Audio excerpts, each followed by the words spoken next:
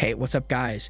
Today I'll show you a true crime film. Extremely wicked, shockingly evil, and vile. Spoiler ahead, watch out and take care. The film begins with a quote saying, "Few people have the imagination for reality." The main character in this film, Ted Bundy, is one of those people that looks at the world differently. In a maximum security prison, Liz visits her partner Ted, who is currently a prisoner. The movie flashes back to 1969, where Liz is hanging out with her friend in a college bar. Ted is seen staring at Liz, and she blushes. Ted interacts with Liz at the jukebox, and they begin flirting. The couple dances romantically as they get to know each other. After the wonderful night, Ted drives Liz home. Liz invites Ted inside her home and reveals to Ted that she is a single mother. Liz is expecting Ted to abandon her, but Ted stays to sleep with Liz. The following morning, Liz wakes up alone, and she immediately looks for Ted and her child. Ted surprises Liz with the sight of him taking care of her child. The film shows clips of Ted bonding with Liz and her daughter, but the audio narrates missing women all over their town. Women are vanishing, and authorities suspect a man that fits Ted's description. The film continues to show Ted, Liz, and their child living as a family. In the year 1979, Ted is driving around in Utah, and a police officer stops him. The police officer asks for Ted's license and begins interrogating him. The police officer proceeds to arrest Ted.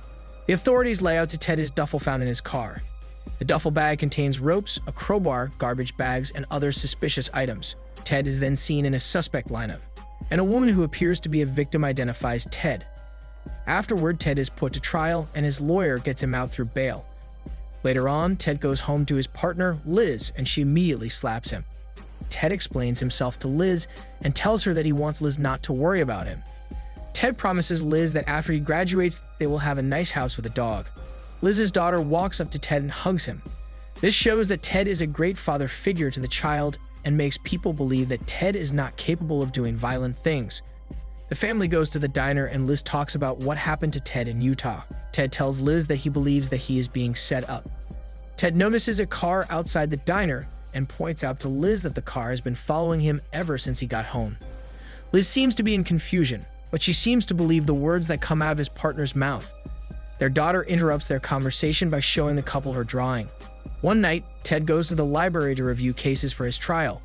Women at the library seem to find Ted attractive.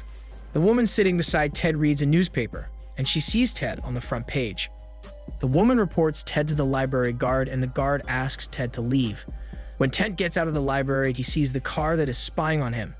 When Ted goes home, he continues to study under the sheets with a flashlight. Ted startles Liz's peaceful slumber, and Ted surprises her with a simple engagement. In 1976, in the court of Salt Lake, a lawyer counsels Ted about his case. Later on, Ted goes to trial, and a lawyer examines the victim. The lawyer asks the victim to identify her perpetrator, and she points to Ted. Ted's lawyer cross-examines the witness and discredits her statements. Ted wins his case this time, and he celebrates with Liz. Afterward, the couple visits a dog shelter, and they bump in with Carol Ann. Liz asks Ted about Carol, and Ted says that she is only a friend. Liz begins to like a Rottweiler dog, and she says that it looks sweet. This may be a metaphor to Ted, because Rottweilers are known to be aggressive dogs, and the breed is banned in a lot of countries. Similar to Ted, the dog shows a very sweet facade, but deep inside lies the violent animal. The couple goes home, and Ted is seen pretending to be a dog playing with Liz. They continue to have a lovely night. The couple gets drunk and gets on with a fast hormone game. The following day, Ted proceeds with his trial, and the judge finds him guilty beyond a reasonable doubt. Afterward, Ted gets detained in the Utah State Prison. Liz receives a call from the authorities in Colorado saying that Ted might have been committing crimes in Colorado. At the same time, a homicide detective visits Ted in the prison and asks him if he ever visits Colorado. Ted dodges the question, and the homicide detective leaves him. The following moment, Ted's lawyer tells him that he falls in the bait of the homicide detective, and he will go to trial in the state of Colorado. The lawyer informs Ted that he cannot help him in Colorado, and he will be given a public attorney. Liz hears the news that his partner is in Colorado, and she is still in denial that Ted committed the crimes. Liz's best friend tries to talk some sense into her, but Liz tells her to leave. The following day, when Ted arrives in Colorado, he informs Liz that the judge allows him to be co-counsel, and he has the privilege of using the telephone uncensored. Ted tells Lily that he is reading the book Papillon, and the book is about a prisoner obsessed with freedom.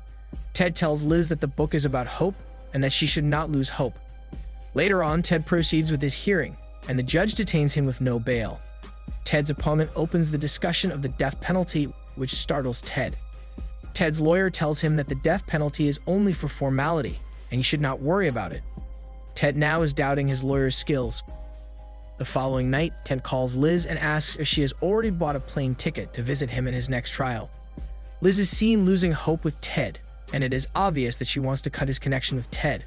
On the other hand, Ted is still not losing hope, and he is obsessed with freedom, mirroring the book he is obsessing over. Ted's trial continues, and the court fills up with women attracted to him. After his trial, Ted asks the guard for a phone call, and he allows Ted. The guard flirts with a lady, and Ted takes this opportunity to escape through the window. The officer notices that Ted is missing, and he sees a note that Ted left, saying he will be right back. Ted runs quickly to an alley and changes his attire for a disguise. The judge alerts the whole county and demands Ted's arrest. Liz waits for Ted's arrival at her home with her best friend. Liz's best friend tells her that she should stop drinking and move on with Ted.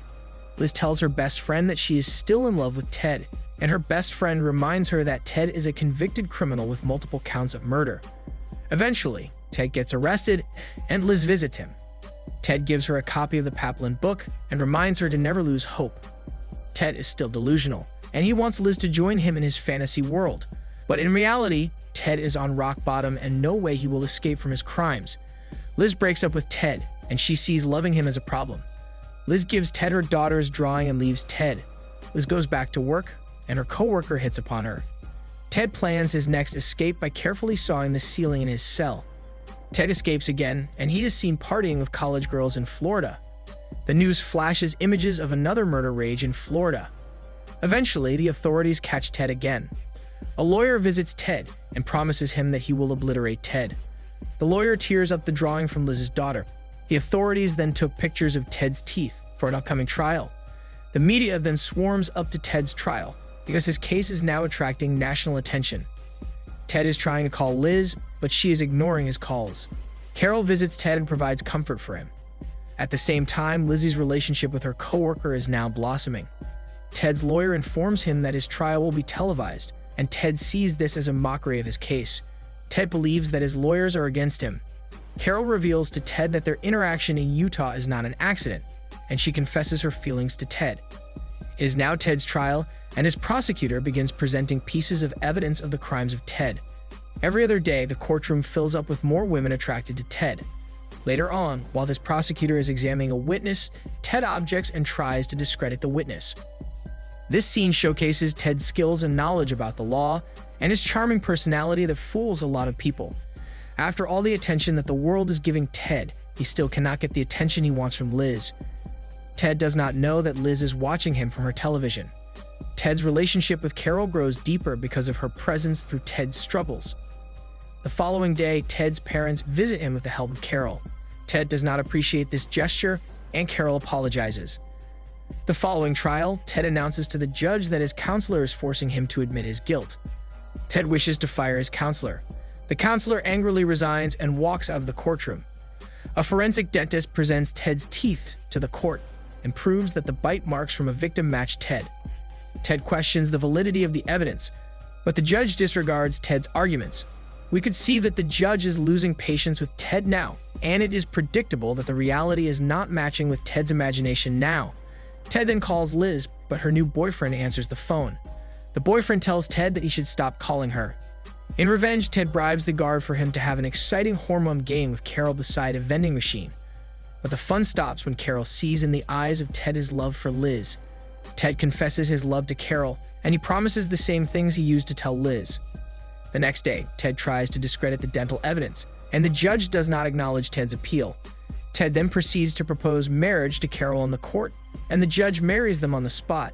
Liz watches the marriage on her television and her heart breaks.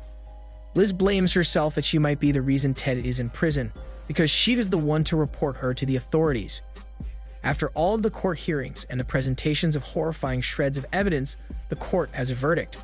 Before Ted finds out the verdict, Carol stops him to tell him that she is pregnant with Ted's child. The couple then proceeds to the courtroom with an optimistic mind. A jury announces that they find Ted guilty of all of his murder accusations. The judge tells Ted that he will be given the death penalty with an electric chair. Ted is still delusional, and he still believes that he is innocent until his very last moments in the court. 10 years later, Liz receives a letter from Ted that this would be the last letter that he is going to send Liz. Liz visits Ted in his detainment prison, and they talk with glass between them. Liz confesses to Ted that she is the one who called the authorities years ago, and she forces Ted to admit the crimes to her to free her from her guilt. Ted continues to deny all of the accusations, and Liz continues to interrogate Ted. Liz shows Ted a photograph of a decapitated woman, and Liz insists that Ted confess. Ted uses the glass between them, and he writes the word hacksaw. Liz walks out of the room and leaves the photograph to the investigator. Liz remembers all of his memories with Ted with a darker filter. But now, Liz is free from all the guilt that she is feeling. Liz goes to his new partner and her daughter waiting outside the prison, and they show full support to Liz. The movie tells that Ted gets executed in the year 1989, and before his executions, he confessed to over 30 murders. The experts believe that Ted's victims are more than what he confessed. Ted requested that his ashes be scattered in the Cascade Mountain, where he puts the remains of his numerous victims. Liz continues her life with her daughter in Washington, and she is sober years after. Carol then gives birth to Ted's daughter, and they spent time together when Ted was on death row. The movie ends with the list of Ted's known victims. This is Daniel CC Movie Channel. Stay safe and enjoy your fun for today.